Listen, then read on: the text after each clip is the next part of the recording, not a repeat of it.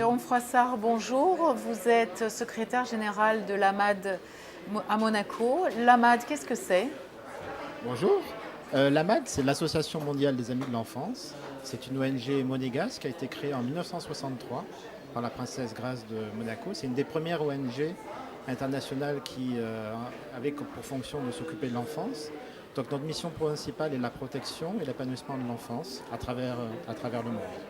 Est-ce que vous avez des continents sur lesquels vous exercez davantage vos missions? Alors l'AMAD a vocation à travailler à travers le monde, mais il est vrai qu'à l'heure actuelle, nous avons l'essentiel de nos programmes qui sont sur le continent africain. Alors pourquoi le continent africain? Parce que le continent africain, c'est le continent de l'enfance. C'est un continent jeune, c'est un continent en pleine transition démographique, où les problématiques liées à l'enfance, qui peuvent être l'éducation, la santé, mais aussi la protection, qui sont les missions principales de l'AMAD, sont réellement des enjeux pour ce continent. Je ne vais pas vous demander quel type de programme, mais quels sont les principaux programmes sur lesquels vous travaillez en ce moment? Alors l'AMAD, en 2013, on a défini une stratégie d'intervention pour les 50 ans d'anniversaire de l'association. Et cette année, en 2018, nous avons validé une programmation triennale, qui est structurée, articulée autour de 4 principaux programmes. Donc nous avons un premier programme qui concerne plus particulièrement la protection de l'enfance, à travers une initiative pilote que l'on a initiée en RDC autour de la démobilisation d'enfants soldats, en partenariat avec le HCR et l'UNICEF, qui s'appelle Capoeira pour la paix, parce que c'est un programme qui s'appuie sur la capoeira comme vecteur justement d'inclusion sociale de ces jeunes.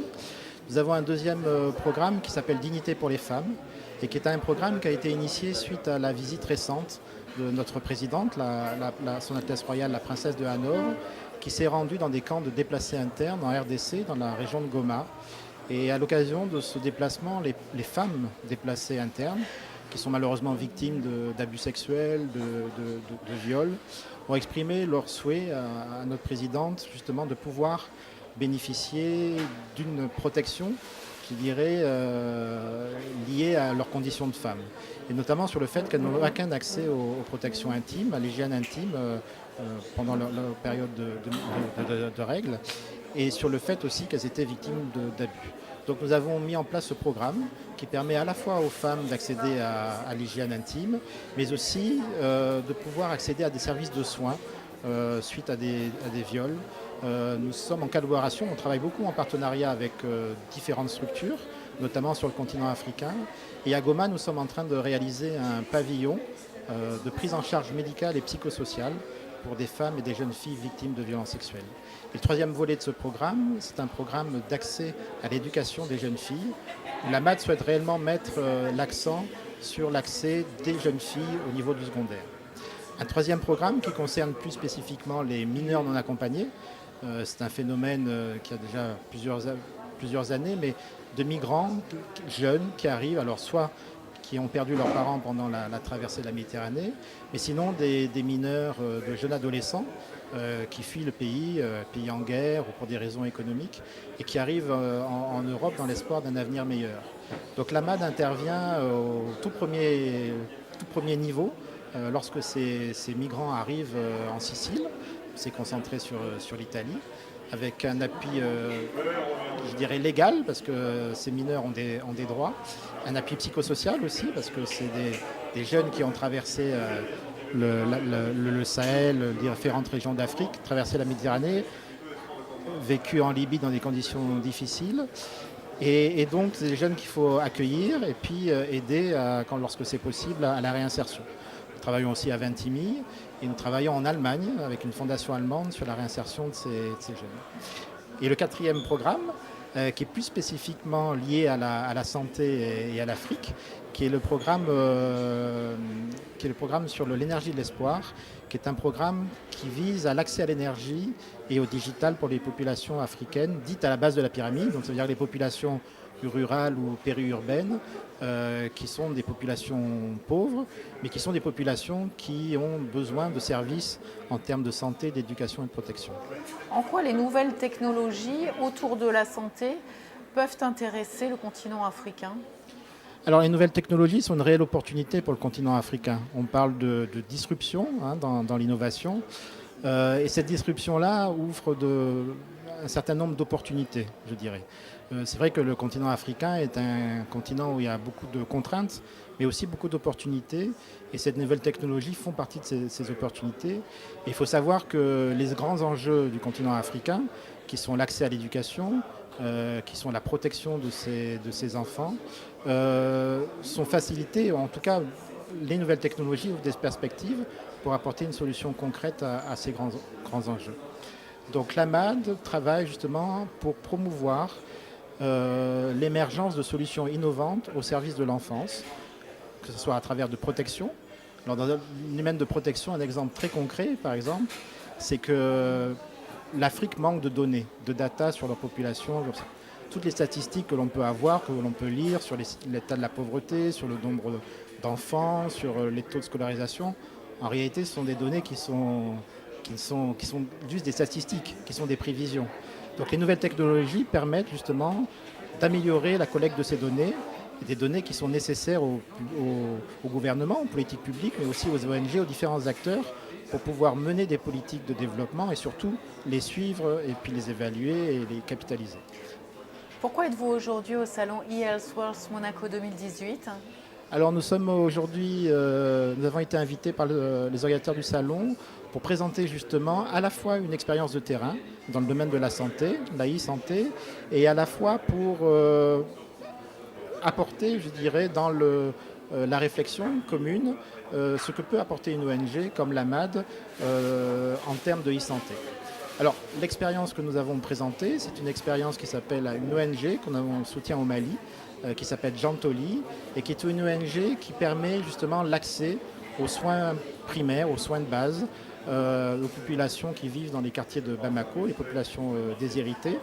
Et c'est un projet qui permet la lutte contre la prévention de la mortalité infantile. Et grâce à l'utilisation des nouvelles technologies, alors quelque chose de très simple, c'est que le gouvernement malien a mis en place un système de mutuelle de santé pour les populations indigentes. Mais le gouvernement a des grandes difficultés à pouvoir atteindre ces populations, parce qu'ils ne connaissent pas ces populations. Ils n'ont pas leur numéro de téléphone, ils n'ont pas leur adresse, ils ne savent pas où sont les enfants de moins de 5 ans. Donc c'est un programme qui permet de distribuer cette offre-là, avec des agents de santé communautaires qui vont se déplacer de porte en porte,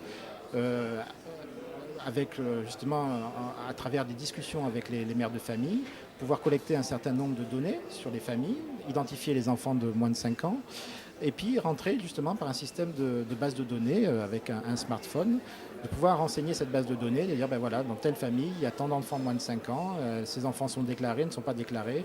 S'ils ne sont pas déclarés, on a un système pour qu'ils aient un état civil. Et puis ensuite, de pouvoir offrir à ces familles-là une assurance mutuelle de santé, une micro-assurance santé, qui permet, lorsque l'enfant est malade, de pouvoir accéder aux soins gratuitement. Et ces agents de santé ont aussi un rôle de sensibilisation, d'information des mamans sur les bonnes pratiques à conduire justement quand on a des enfants qui sont malnutris ou quand on a un enfant qui a la diarrhée, le paludisme, qui sont les principales causes de mortalité infantile. Et puis se rendre régulièrement au niveau des foyers et suivre un indicateur qui est très simple, qui est le poids. Donc ces agents de santé communautaire se déplacent au niveau des foyers, prennent le poids de l'enfant, renseignent avec leur smartphone. Ce n'est même pas des smartphones, c'est par SMS. Échangent l'information avec le centre de santé référence. Lorsque le médecin voit une anomalie dans la prise de poids de l'enfant, renvoie un SMS à l'agent de santé en disant « je souhaiterais rencontrer cet enfant ». La maman se rend au centre de santé, consulte et là peut accéder à des médicaments, à un traitement. Et donc ce programme a permis déjà d'augmenter le taux de couverture de cette assurance santé. Même si les financements sont disponibles au niveau du gouvernement, il n'atteignait que 10% de la population cible. Ce programme-là a permis en 3 ans de passer de 10 à 40%. C'est un programme qui a permis au niveau des familles de baisser de 90% les frais justement engendrés par la prise en charge de leur enfant malade.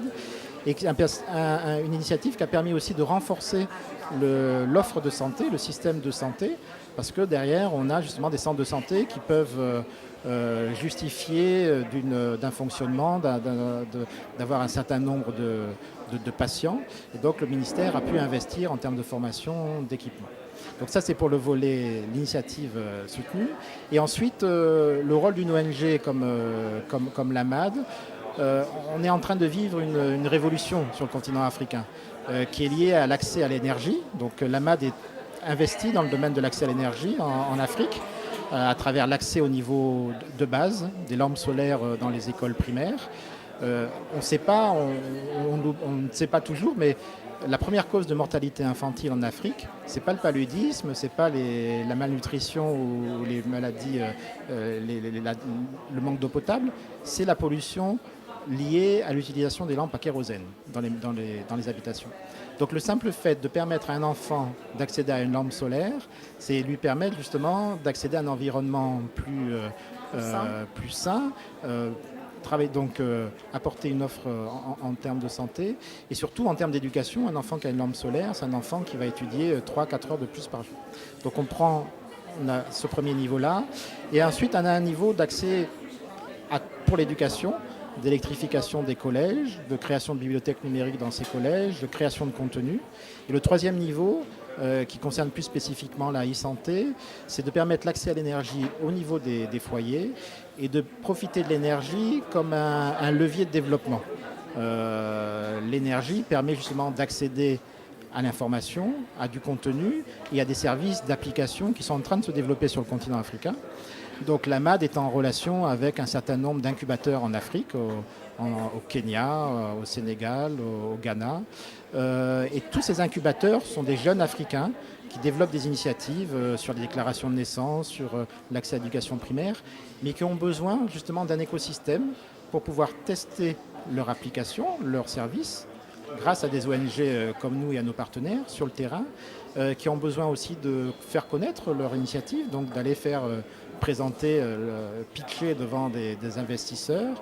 Et ce qu'on propose justement, c'est créer du lien entre ces différentes briques, entre ces différents intervenants, pour pouvoir créer un écosystème favorable. Et je pense que Monaco est une bonne place pour ça, de créer du lien entre ces différents acteurs pour pouvoir apporter une solution pérenne. Parce que l'objectif aussi, je pense que le développement de l'Afrique viendra par des solutions de ce type sous forme entrepreneuriale à impact qui puissent adresser la base de la pyramide. Et pour ça, on a besoin justement de créer du lien entre les différents acteurs. Merci Jérôme Froissart. Merci.